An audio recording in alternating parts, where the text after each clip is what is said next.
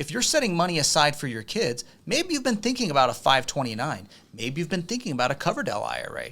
I want you to think about a Roth IRA first. Be thinking, how can I get my kids some earned income, whether they're 2 years old, 12 years old, or 22 years old. We want to be looking at that earned income requirement. Welcome, everyone, to the Directed IRA podcast. This is Matt Sorensen, along with my co-founder of Directed IRA, Mark J. Kohler. Matt, thanks so much. And I am so excited for today's show. Kids Roth IRAs. Oh my gosh. When you came into the studio and said we're talking about kids Roths, I'm like, I am all in, because family is business, business is family. And if we can be teaching our kids about financial literacy, helping them build Roth IRAs for college savings purposes, as well as retirement, it is mind-blowing. It is so bonding, so amazing, and it's really easy. Yeah, and a Roth IRA, whether you're an adult or a kid, to me is the number one savings account out there. Like, this is the first place you should put your $1,000 for savings. And we're going to get into that and why that makes so much sense. There's so many reasons why that's the case. But we want you to think about it for your kids. And we're going to focus on that today. How do I do a Roth IRA for my kids? What are the steps? What are the requirements? And how can they use that? How flexible is the account? Is that money locked down? We're going to be answering all those questions. I love it. In fact, if I may, I was going to maybe lead with, what are the requirements? What are some things you need to know that the boxes are checked? And then we'll go through these steps, which are really quite easy, and then unlock what the future potential could be. It is just unbelievable. So if that's all right with you. Yeah. Okay, requirement-wise, when you want to fund a Roth IRA, you have to have earned income. Now, if you have a stay-at-home spouse, that spouse's income from the working spouse is attributed to the stay-at-home spouse. So that's easy. But with kids, it doesn't work that way. Just because you made money doesn't mean your kids made money. So it doesn't work in that situation with a parent-child, only in a husband and wife. So with the kids, we need to make sure they have earned income. Now, this is where, if you have a small business or some rental property, you can pay your kids to help in the business. That is earned income. I've even had parents say, oh, my kid babysat last summer and probably made $3,000. Great, that's earned income. So any sort of earned income, either from your business, a paper route, babysitting, working at the county fair, they could have a W-2 or they could just be paid under the table. Earned income is earned income. Just fill out a 1040 to show that earned income, and they're not going to pay taxes this year on the first $14,600. That's their standard deduction. No one in the country pays taxes on the first $14,600 at the federal level. So be thinking, how can I get my kids some earned income, whether they're 2 years old, 12 years old, or 22 years old. We want to be looking at that earned income requirement. Yeah, and the annual contribution you can do to a Roth IRA is $7,000. So if they made $7,000, they can contribute $7,000 into the Roth IRA. If you're like, well, they really only made about $2,000 last year, either from their own job or working in the business, well, then put $2,000 in the Roth IRA. Now, that doesn't have to be their money from their bank account. They could have already spent their money from their job or you paying them through your business. That money's long gone. But since they had earned income, you can provide that money to be contributed to the Roth IRA. I was just going to bring that up. That's a great point. A lot of people think, oh, well, my kid earned the money, but they spent it. Well, you can gift your kids some money just under gifting rules to make up for what they've already spent and say, use that as the earned income to make the deposit. Now, the other requirement is timing. See, right now we're past April 15th in 2024. I'm not sure when you're listening to this podcast, maybe 2 years from now. But the point is you have up until April 15th to make a contribution for last year. Well, right now we're in the summer of 2024. So your kids are going to be making a contribution for the year 2024 based on their earned income in 2024. So the beauty is you've got all year to plan this. You can start saying summer job, summer help in the business, the rental properties again, whatever it is. But you can't have grandpa and grandma gift them money to put in a Roth IRA. You can't gift them money and call that earned income. They've got to do something to earn it. Keep a little record of that. And as Matt said, you have up to $7,000 to deposit all the way until April 15th of next year. Not that I want you to wait until then, but that you do. Yeah. So now a lot of people, I know what you're thinking right now is, well, Matt, what is my 10-year-old going to do with $7,000 in a Roth IRA? Well, we want to get into how they can invest it. They can self-direct it. We're going to talk about that. But I want you to think about, if you're setting money aside for your kids, maybe you've been thinking about a 529. Maybe you've been thinking about a Coverdell IRA. I want you to think about a Roth IRA first. If we're talking about sending your kids to college, do you know that the money you put in a Roth IRA, let's say you have that 10-year-old and they're going to go to college at age 18 and you want to have some money set aside for them. All right, if you put $7,000 a year away into a Roth IRA from them over the next 8 years, that's going to be $56,000. Now, let's say at the time they hit 18, that account is actually worth $100,000. Well, do you know that $58,000 of contributions can come out totally tax and penalty free and can be used for college or any purpose? Maybe they start a small business, they go to trade school. It doesn't matter. The contributions you put into a Roth IRA can always be pulled out tax and penalty free. Now, that other $42,000 that was invested in that growth, they can't pull that out with penalty, and we want them to keep that. And we want them to keep that invested and keep that growing. But that $58,000 can totally be used to go pay for college, pay for a new small business, pay for trade school, whatever you need to do. So that's why I love the Roth IRA as a savings tool in an account. Now, this is deep. Are you ready, folks? Think about this. You got a tax write-off for paying your kids, helping in the business that they put into a Roth IRA that has twofold purpose, paying for future college expenses and future retirement. You're also teaching your kid about finances, but you normally don't get a tax deduction to save for college. You don't get a tax deduction to put money in your kid's retirement account. But remember, you're not putting the money in the Roth. Your kid is. See, it's that extra step of paying them out of your business, taking a tax deduction at your higher tax rate. They're doing a 1040 easy tax return, paying zero tax, and then funding their own Roth IRA. You're up above the big picture, controlling the situation, helping teach them about this process. It is so, so powerful. Now, I did talk about the Coverdell IRA, or also the Education Savings Account. Now, that is a tool we still like to use. Don't get me wrong, but I like to use the Roth IRA first. But that doesn't mean we're not going to use an ESA. Now, a 529 is another discussion. A 529 for me, you're going to be invested in a mutual fund or some fund that the state requires. Go look at the investment returns on this. They're atrocious. Sure, it can be a tool, but maybe that's the third one I would use. I'd go Roth IRA, Coverdell, then 529. But let's talk about the Coverdell. You can put $2,000 a year into it. You actually do not have to have earned income. So maybe you're thinking about this for your 6-year-old that doesn't have any earned income, can't really be working in the business. And so we're thinking, I could maybe set aside $2,000 for them in a Coverdell Education Savings Account, sometimes called a Coverdell IRA. And you could be strategic with this as well, because you could say, all right, this child of mine is too young to have earned income, but I'll at least do a Coverdell. You won't get a write-off for that. In that sense, you are gifting them $2,000 and putting it in the ESA.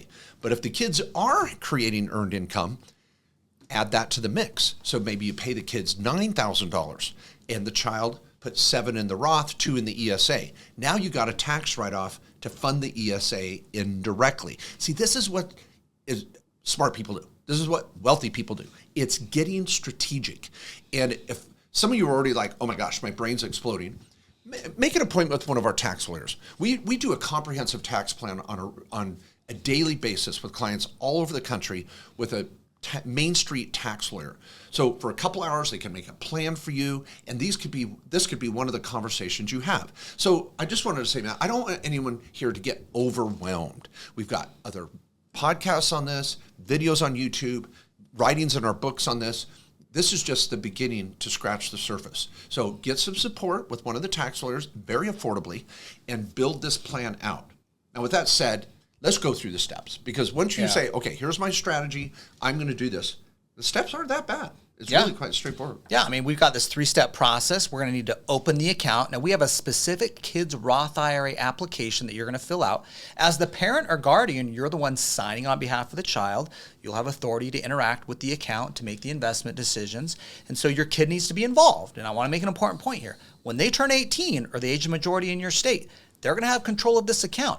So we want you including them in the process, teaching them about this. What's the purpose of this? Why are we setting this money aside? How does it grow and you don't pay taxes? This is an amazing learning opportunity for your kids. I've done this with my kids.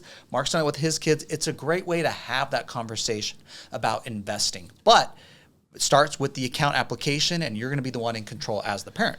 And I like that you brought up the under age 18 versus 18 and older issue. This is not just an under age 18 strategy. You may be talking about helping your grandkids launch in this strategy. You might be helping your kids that are 18 and older catch the vision of savings. It is never too late. So please know that the whole family can be involved in this venture of saving. Saving, saving, saving. We are so bad at it as Americans, and we want to help you pass on this legacy of frugality and financial literacy and wisdom when it comes to building wealth. And it's just such a fun conversation to have in maybe your family board meeting based on your small business structure, another topic we talk about a lot. So step one, opening the account. Step two is funding it. Yeah. And on the open account too, if it is a child over age 18 or grandchild, they're just going to open up a regular Roth IRA account. Just use that Roth IRA account application. Now, in either event, the account needs to get funded.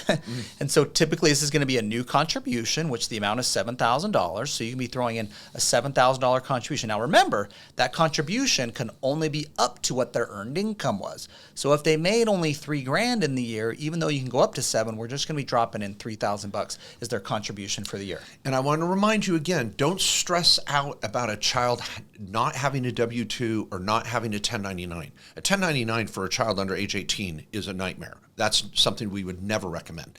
And so be thinking about the kids doing a 1040 EZ just to establish it on record that they had earned income. They're not going to pay tax with it. It can be a very, very simple little tax return, but it kind of just rubber stamps the fact the kids had earned income. Again, just doing babysitting down the street could be on the 1040 EZ. And let me say this, we do not require that at directed IRAs. So when you are making the contribution, you are certifying that the individual, whether this is you or your kid, had the earned income. Some companies that do kids Roth IRAs require you to submit a W-2 or a 1099 showing that the child had the earned income. We're putting this on you. We know many family businesses will pay their kids through the family business. There's no W-2 required. There's no 1099 issued or required. And a lot of times they're not even filing a 1040 and because they're under the standard deduction. So there might be reasons to do it. Like Mark said, do the EZ, get it on record, make it tidy and clean. But I'm just saying it's not required when you're doing it with directed IRA. Might be helpful or recommended, but not required. Absolutely. Now, step three is now investing the account. And this is where it gets exciting because, again, at the law firm, our sister company, KKOS Lawyers, you might have a family Zoom call, even if the kids are at least 12, 14 years old, having them in a call with another lawyer. How interesting is that? And talking about, hey, we're going to create an LLC, and we're going to fund this LLC with the kids' Roth accounts, maybe a health savings account, your old 401k. Maybe you've rolled that over to a Roth here at Directed IRA as well, transferred another IRA in. This is the beauty of family investing. And they may only be a 2% owner in your next LLC, but it's something. And that's the beauty of you investing in what you know. Bring your kids along for the ride. See, a directed IRA, you're driving the car. In a normal brokerage house, the stockbroker's driving the car and you're just watching in the back seat. No, you're in the driver's seat, you're driving, and you get to choose who's in the back seat. It could be all the family members' Roth IRAs, and again, all these other self-directed accounts, and you could build really cool investment machine.